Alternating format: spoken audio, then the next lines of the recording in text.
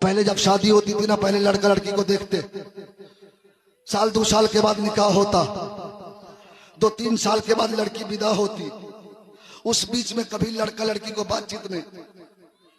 आजकल जैसे ही लड़का को पता चल जाए बात हो गई, लड़की को पता चल जाए बात हो गई, रातों रात नंबर पहुंच जाता, रात में फोन करेगा, हेलो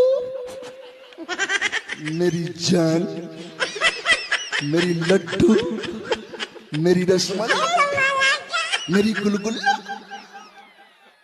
हमें यार